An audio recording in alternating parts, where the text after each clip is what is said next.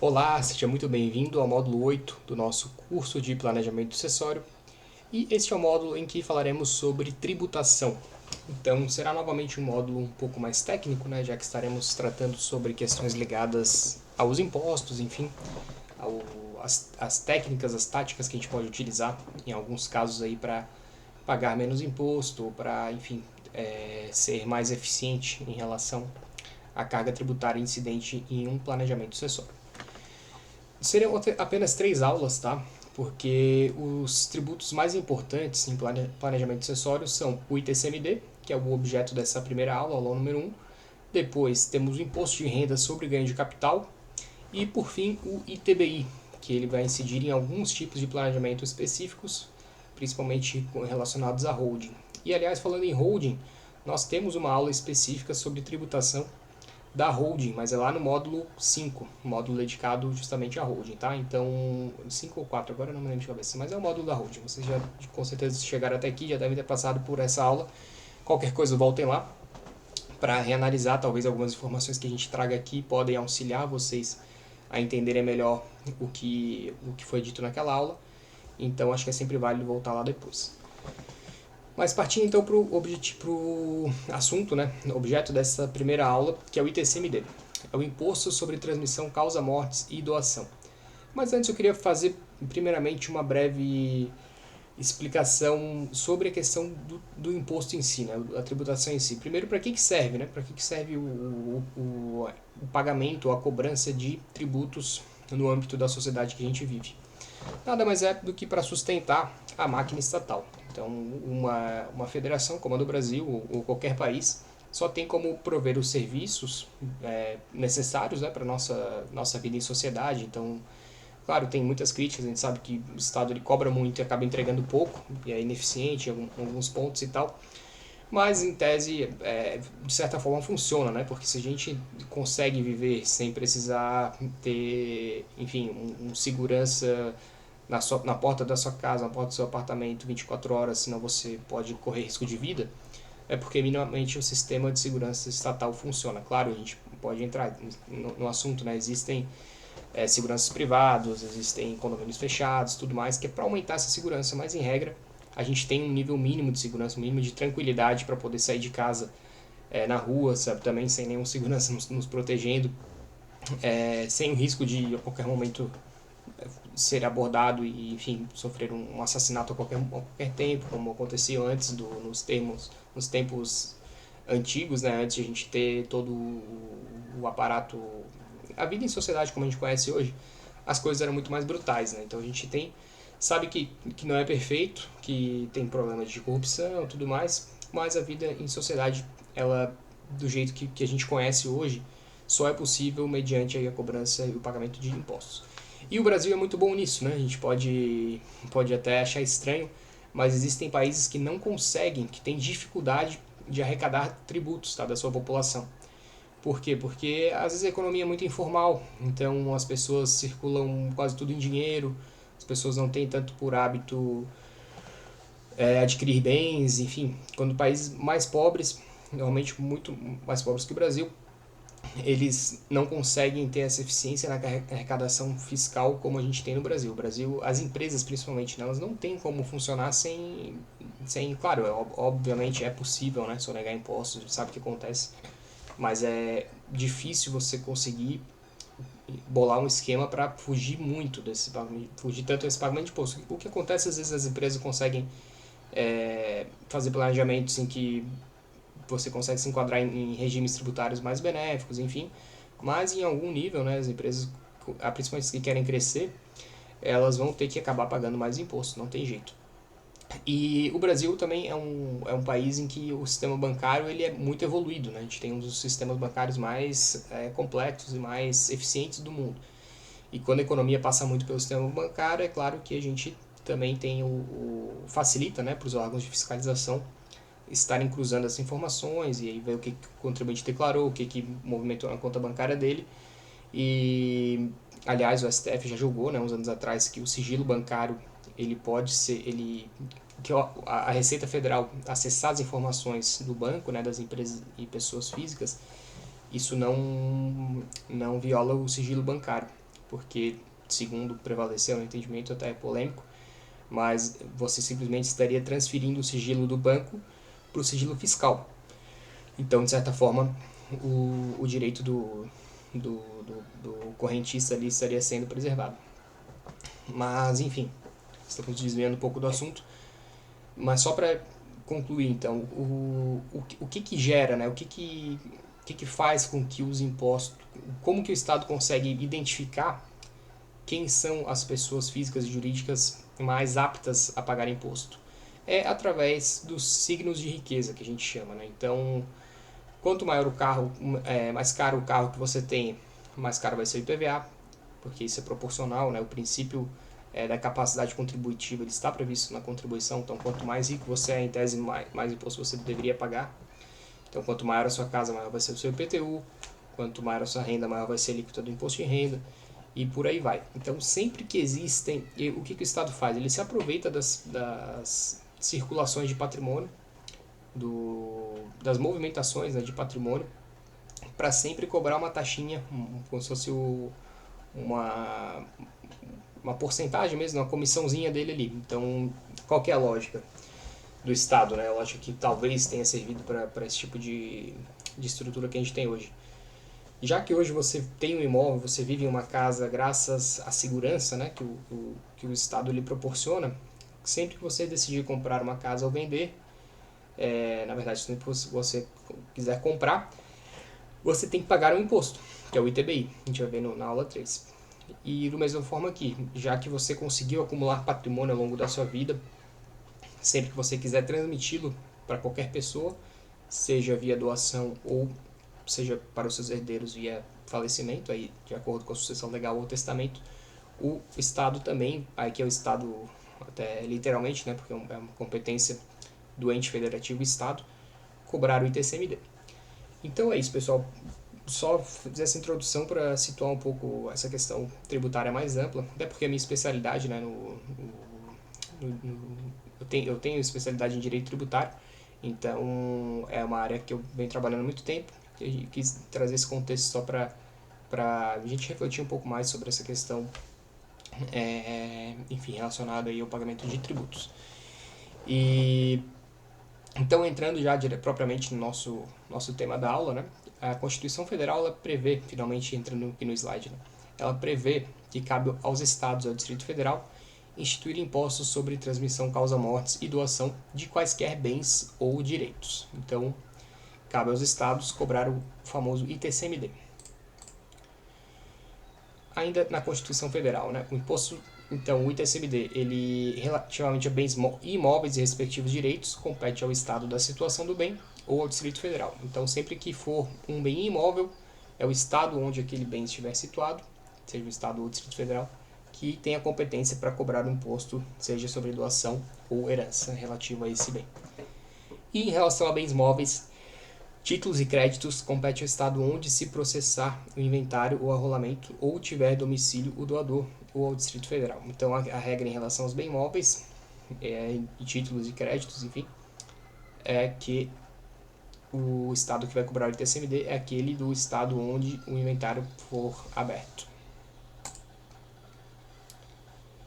E, por fim, terá competência para sua instituição regulada por lei complementar se o doador tiver domicílio ou residência no exterior e se o de cujos possuía bem era residente ou domiciliado ou teve o seu inventário processado no exterior. E também terá suas alíquotas máximas fixadas pelo Senado Federal. Agora eu vou trazer então essa questão até do imposto sobre o item B aqui do inciso 3º, a gente vai tratar mais para frente, mas até tem um possível planejamento tributário no momento que eu gravo esse vídeo ainda em vigor, né, mas por pouco tempo. Já vou falar sobre isso. O tema 825 de repercussão geral, importante a gente trazer aqui. É vedado aos estados e ao Distrito Federal instituir o ITCMD nas hipóteses referidas no artigo 155, parágrafo 1º 3 da Constituição Federal, justamente o tema que eu estava falando agora, tá? Sem a intervenção de lei complementar exigida pelo referido dispositivo constitucional. Então, esse foi um julgamento do STF, né, que proibiu os estados que estavam cobrando imposto, justamente voltando aqui, sobre bens que estão localizados no exterior, porque nunca foi editada essa lei complementar que a Constituição exige, tá? Então, todos os estados que cobravam, teve uma questão de modulação de efeitos, enfim, mas o fato é que essas leis foram declaradas assim inconstitucionais.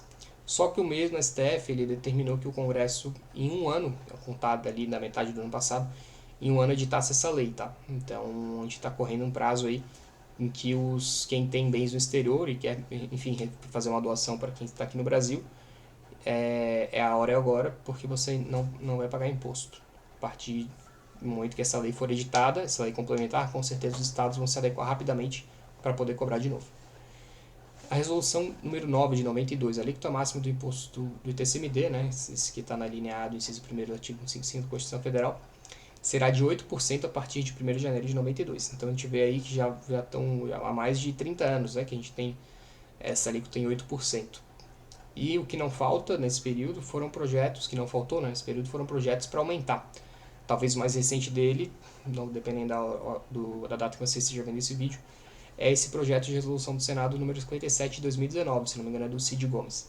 A alíquota máxima do imposto que trata o inciso 1º do caput do artigo 155 da Constituição Federal será de 16% a partir de 1º de janeiro de 2020. Claro que isso aqui não entrou em vigor, né? Esse projeto ele não foi aprovado.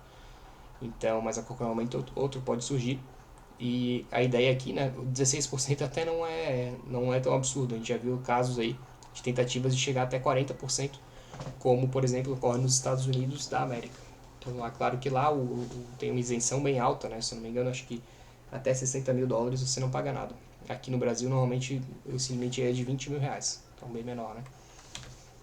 E depois, claro, lá nos Estados Unidos ele é gradual também, não é 40% direto. Teve uma decisão recente também do STJ, que eu quis trazer aqui, que diz que no arrolamento sumário, a homologação da partilha ou da adjudicação, bem como a expedição do formal de partilha e da carta de adjudicação, não se condicionam ao prévio recolhimento do imposto, devendo ser comprovado, todavia, o pagamento dos tributos relativos aos bens do espólio e às suas rendas.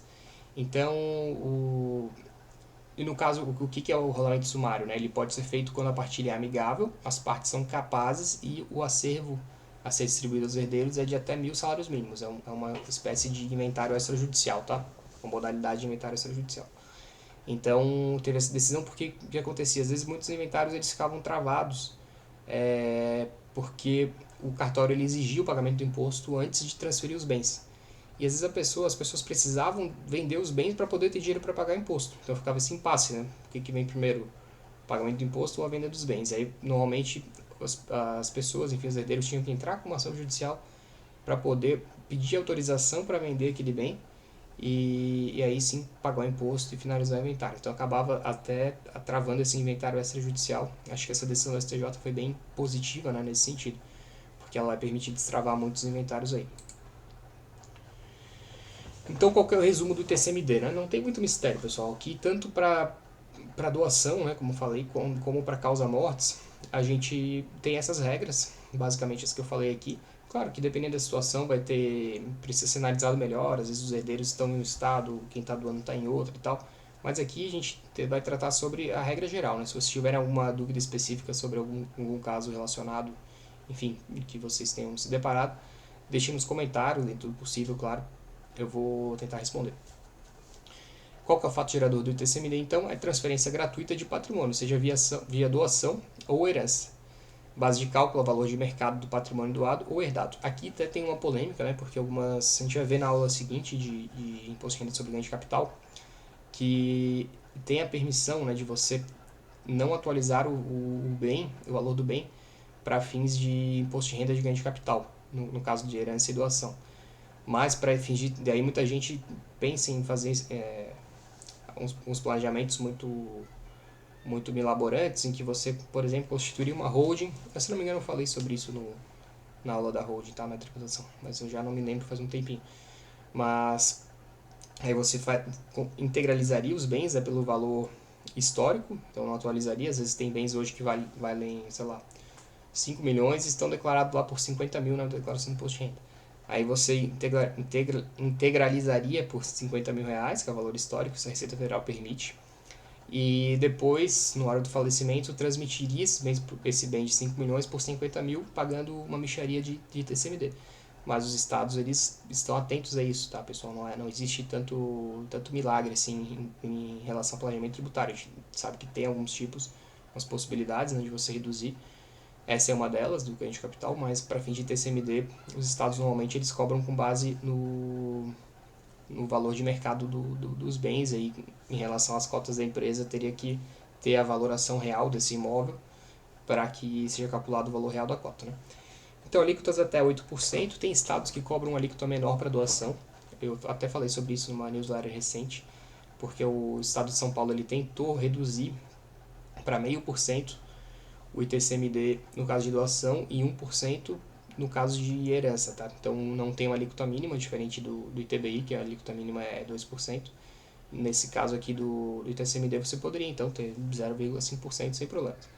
Mas o governador de São Paulo ele vetou isso, disse que a lei não previu uma forma de compensação e tal, mas a gente sabe que na prática o objetivo dos deputados era regularizar situações que na prática já tinham doações que tinham acontecido, né, na prática, mas que não haviam sido formalizadas. Então seria uma boa possibilidade de você formalizar pagando só 0,5%, então aumentaria a arrecadação, porque zero é melhor, qualquer coisa é melhor do que zero, né? E depois, provavelmente daria um ano ali, quando todo mundo se regularizasse, aumentaria de novo para pegar dali para frente. Claro que pode gerar o efeito contrário, né? As pessoas podem pensar, se já fizeram isso uma vez, daqui uns anos vão fazer de novo, como mais ou menos na lógica dos refis e parcelamentos facilitados aí de débitos da vida, né? Que a gente sabe que de vez em quando tem em âmbito federal, então muitas empresas e pessoas físicas ficam postergando o pagamento de imposto, discutindo ação com recurso administrativo, ação judicial, e quando surge um parcelamento grande aí vantajoso com redução de juros e multa, vão lá e pagam. Então esse seria o efeito colateral dessa redução da alíquota do governador de São Paulo, talvez nas entrelinhas isso tenha pesado na hora de ele definir. Mas o fato é que seria interessante que mais estados promovessem essas alíquotas menores, né? Porque a gente sabe que é bom para o estado também antecipar esse valor. A gente já viu, comentou em outras aulas, né? Tem inventários aí que duram 10, 15, 20 anos, então é um período de tempo que o estado vai estar sem receber a parte dele também, né? Então ele tem interesse direto em que não tenham brigas por herança, para que essa herança seja dividida mais rápido e ele consiga arrecadar em cima disso. Então, se todo mundo resolvesse fazer planejamento sucessório e doar tudo em vida, seria muito melhor para os estados, porque eles receberiam mais cedo e garantiria que eles realmente receberiam, né? Porque se fez a doação, a partilha toda em vida ainda, o imposto ele vai ser recolhido antes do falecimento do autor da herança. Aí tem estados que eles eles cobram essa alíquota fixa, acho que São Paulo é 4% fixo sobre tudo. Aqui em Santa Catarina, essa alíquota ela é escalonada, ela começa em 4 e vai até 8. A faixa de 8% é só para doação entre parente e falecimento e herança, né? Em relação a parentes colaterais. Então, normalmente fica ali, quando não tem colaterais, ela vai até 7%. Sujeito ativo estado, sujeito passivo, herdeiros ou donatários. Eu trouxe aqui também, é importante verificar sempre a legislação estadual para análise dos detalhes. Exemplo, Santa Catarina. O artigo 6º, parágrafo 2º do regulamento de TCMD fala que na instituição e na extinção de direito real sobre bens imóveis, bem como na transmissão da nova propriedade, a base de cálculo do imposto será reduzida para 50% do valor venal do bem. Então, a forma de você reduzir o pagamento desse... Reduzir não, você dividir, né? Você faz um planejamento tributário para que você consiga diminuir essa carga, dividir em dois momentos essa carga tributária pesada. Normalmente realmente, como é cobrado sobre o valor de mercado, né, do valor da herança, normalmente é muito pesado para os herdeiros pagarem. Então, quando você institui o usufruto vitalício, você paga o imposto, o ITCMD, só sobre metade do valor do venal do bem, e aí no momento do falecimento, quando consolida essa propriedade nos herdeiros, né, daí eles recolhem o resto e tem a possibilidade de pagar em duas vezes, digamos assim. Então, pela primeira aula é isso. Se houver necessidade, né, isso vale para tudo, porque conforme a gente viu, tem decisões recentes do STJ, daqui a pouco surgem outras. O objetivo é sempre atualizar esse curso, ou até se eu sentir necessidade de gravar alguma aula sobre algum outro imposto que venha a ser relevante aí no âmbito do planejamento sucessório, também farei isso. Mas vamos então para a nossa aula 2.